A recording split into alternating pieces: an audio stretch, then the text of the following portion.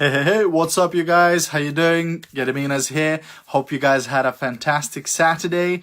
Hope you're rocking and rolling. Hope your week was awesome. And today I wanted to share with you 7 steps to recruiting and sales mastery in your home-based business. If you're watching a replay of this, please do me a massive favor and stick hashtag replay into the comments. And if you're brand new, if you're watching one of my videos for the first time, I'd really appreciate if you said new in the comments as well. Okay, so I picked this up from the legendary Brian Tracy. I've been following Brian Tracy for I don't know how many years. He's one of the first people that when I got into personal development, I started studying his books and audio programs, etc. So he has so much, wealth of knowledge. It's absolutely incredible. So I love learning from him, and this is from him. So credit where credit is due, right? So what are these 7 steps for you to become better at recruiting, for you to become better at selling products? Hey, Alanas, how you doing? So the first step is to prospect.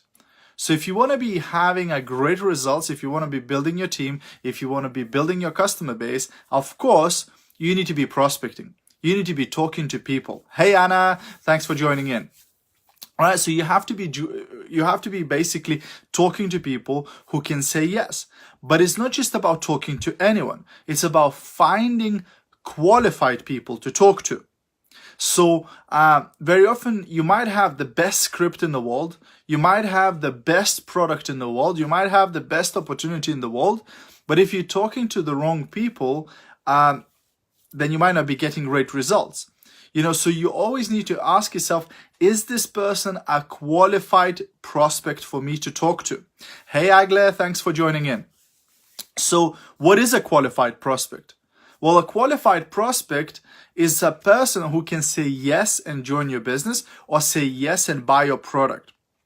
So for example, if you're speaking to somebody who could not afford your product or who could not afford to join your business, then that person is not a qualified prospect. They might be willing to join your business, they might be hungry for better life, but if they haven't got the means to become part of your business, then they're not a qualified prospect. You know what I mean? So you always need to think, is this person qualified? So especially when it comes to social media, sometimes we get into conversations with people who are not really qualified to join our business, and this way we can waste a lot of time. So that's step number 1. Step number 2 is establish trust.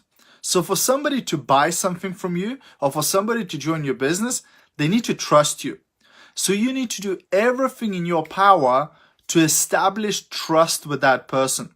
So whether that's having a conversation, getting to know each other, maybe jumping on a video call on Facebook or on WhatsApp or on Zoom or whatever, but doing whatever you can to share your story perhaps, to make sure that that person starts trusting you. Because if they don't trust you, they ain't buying from you and they're not joining your business. Imagine if you were at the bus stop and somebody came up to you trying to sell you some gold jewelry. Would you buy it? The chances are you wouldn't. Well, why wouldn't you buy it? It's a great deal. Because you don't trust them. You don't know if it's actually gold. You don't know if it's actually good product. You know what I mean? Hey, Helena, thanks for joining in. Right, so that's number 2. You need to do everything you can to establish trust. Again, if you are trying to recruit people, hey, Nicolette, if you're trying to recruit people, if you're trying to sell products and you're talking to the right people and they're not joining, they're not buying, the chances are you maybe haven't built enough trust with that person. Hey, Alanta, right? So you want to make sure that you build enough trust before you try to sell to that person, or before you try to recruit that person especially, right? So that's number 2. Number 3 is establish their needs clearly. What do they want and need relative to what you have to offer?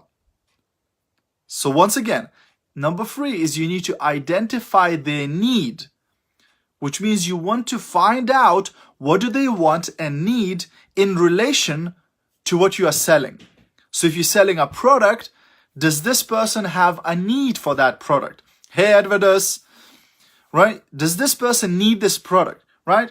If somebody came up to me and said, hey, I have these amazing shampoos, I might not be the right prospect because I have a lack of need for hair care products, right?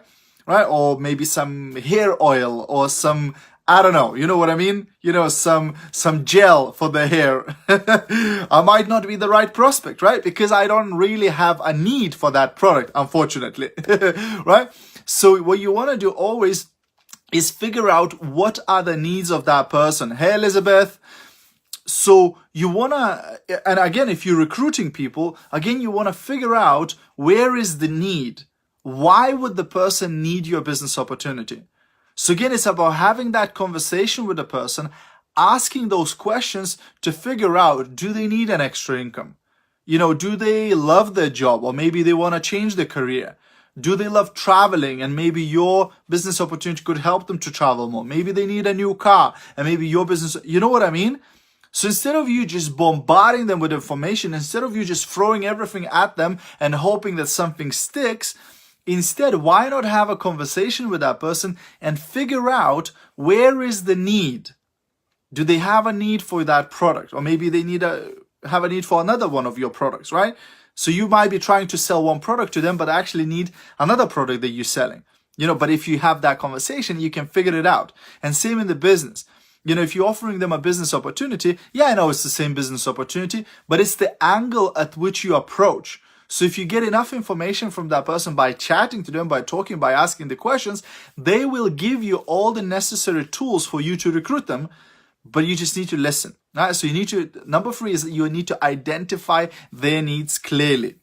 Number 4, then, you need to present your product or your business opportunity as a solution to what they want.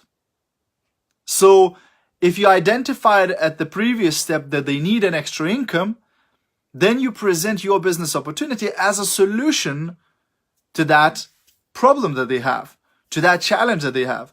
Or if you identify that they have a need for your product, now is the time where you say, hey, and by the way, because you said that, I'd like to recommend you this particular product.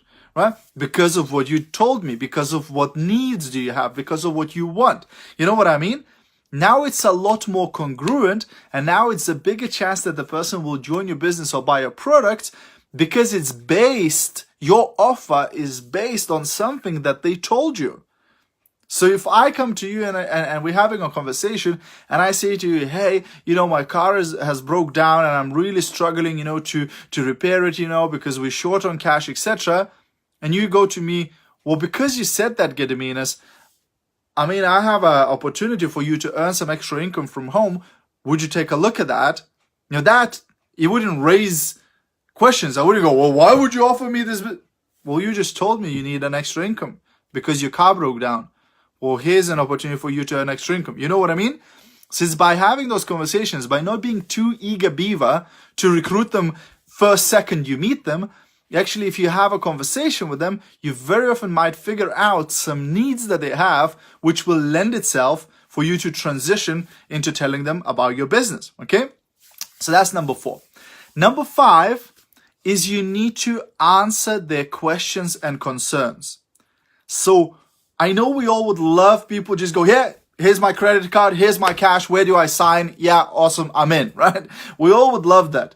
But most people, more people than not, will not be jumping on and buying your product right away, will not be jumping on and joining your business opportunity right away because they have some questions, they have some concerns. But very often, they won't tell you that. They won't say, well, I have some questions and concerns. You know what they will tell you? They'll say, I need to think about it. And that's one of the worst things you can hear as a salesperson or as a recruiter. I need to think about it. Because guess what the news is? Guess what the secret is? They're not going to think about it. What they're basically saying is, I'm confused, I'm not sure, I have some questions, but I need to think about it, right? So just basically give me some time, right? So what you want to do, whenever you hear, I need to think about it, or any other version of it, you need to ask them, hey, do you have any questions or concerns that I could answer, right? Because what will they think about? If they go away from you, that's it. They're not going to ask you about those questions. They may be going to Google or whatever, ask somebody who doesn't even know about your business. You know what I mean? So there and then you want to try and answer any questions and concerns that they might have, okay? So one of the questions I very often ask after somebody watched the presentation, I ask them, what do they like the best? And then once they told me all the things that they like the best about my business opportunity, then I say, do you have any questions before you're ready to join? Do you have any questions before you're ready to join? So if they say no, that means they're ready to join. If they say yes, I answer the questions, and then I say, do you have any more questions before you're ready to join? You know what I mean? So I answer all the questions, and then I get them to join the business. Okay, number 6 is close the sale or close the recruiting process and get them to take action. So you want the person to take action there and then. If you met up with somebody to do them a business opportunity presentation, you want them to sign up there and then. If you met up with somebody to show them some products, you want them to take action there and then. Because again, there's a law of diminishing intent. So the more time passes, the least likely is this person to take any action. So you want the person to take action there and then, and that's where you need to close the sale. And I know closing for some people sounds like, oh my gosh, this is a really like, manipulating somebody or hardcore, selling them, and like really, pushing them, and putting pressure on them. Nothing like it. Closing is basically helping somebody to make a decision. That's what closing is. So for example, when I show somebody the business opportunity, and at the end of the presentation, I ask them, what do they like the best? And they start telling me, well, I like this about it, and I like that about it, and I like this about it. So I wait till they told me all the things that they like about it. And then, my closing strategy, my grand closing technique.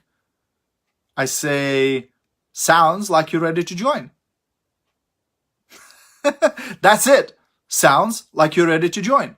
Right? Or the one that I used previously. Do you have any questions before you're ready to join? You know what I mean? That's it. That's the closing, right? It's just you have to be not scared of asking that question, because I was. I remember, before when I first got started in network marketing, I would be terrified of asking the closing question. We had one lady, we took her to one presentation, she loved it, and then we took her to another presentation in a hotel, she loved it. Then we drove her to London to another presentation, and she loved it, and we're driving back from London, she's sitting on the back seat of our car, and she goes, guys, so are you gonna ask me to join this business or not? Because we just kept taking her to the presentations, hoping that she will volunteer to join the business, because we were terrified of actually asking that person, hey, so are you ready to rock and roll? You know what I mean? But if you do it professionally, you will never have to ask the question, so are you buying this? So are you joining my business? You will never have to ask it, because it will be a natural flow of your process, right? So like you show the business and then you go, hey, once they told you everything they like, you go, hey, it sounds like you're ready to join, right? So it's not even a closing question. It's not like, oh, are you joining? Sounds like you loved it. Sounds like you're ready to join, and most people will go, yeah, and that's it. You just rock and roll. You just progress, right? But you have to get that decision there and then. Don't just go, thanks for coming. See you soon. Bye. Right? Don't do that, right? Because so many people do that and they lose a lot of sales or, potential business partners. Okay. So that's number 6.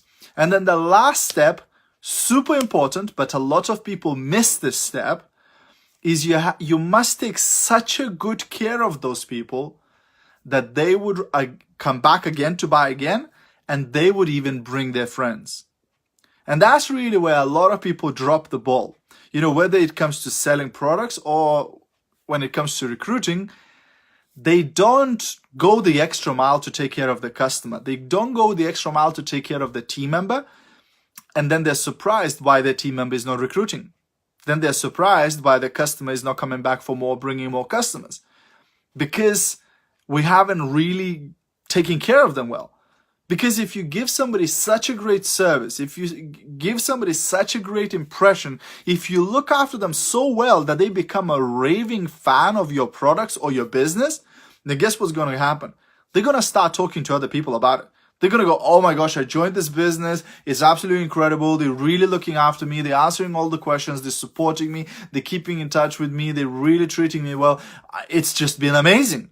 And guess what their friends will do? They'll go, well, I want to be part of it too. Sounds awesome. How do I become part of it? You know what I mean? So the better you take care of your customers, the better you take care of your team members, the more customers going to be attracted to your business, the more people will be attracted as business partners to your business.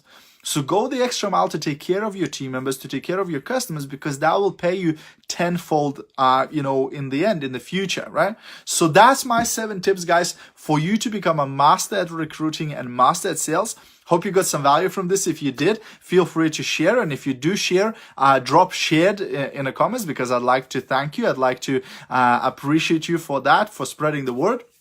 And if you're already in home-based business, if you're already in network marketing, I'm doing a special webinar tomorrow night at 8 o'clock UK time about what we've learned in our recent trip to Las Vegas, because recently, last week actually, we attended a conference called Most Powerful Women in Network Marketing 2019 in Las Vegas, Nevada. It was absolutely incredible event.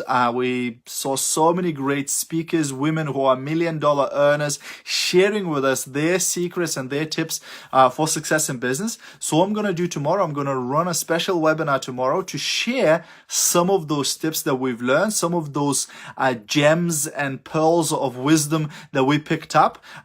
It was a 3-day event, so of course I won't be able to share everything on a one webinar, so it might actually even be 2 parts, or we'll see how we do. But tomorrow evening at 8 o'clock UK time, so around an hour earlier than now, I'll be running a special webinar. If you'd like to be on that webinar, you need to go to titaniumsuccess.co.uk/webinar. So that's titaniumsuccess.co.uk/webinar. And you can join me on that webinar. It's going to be on a Zoom.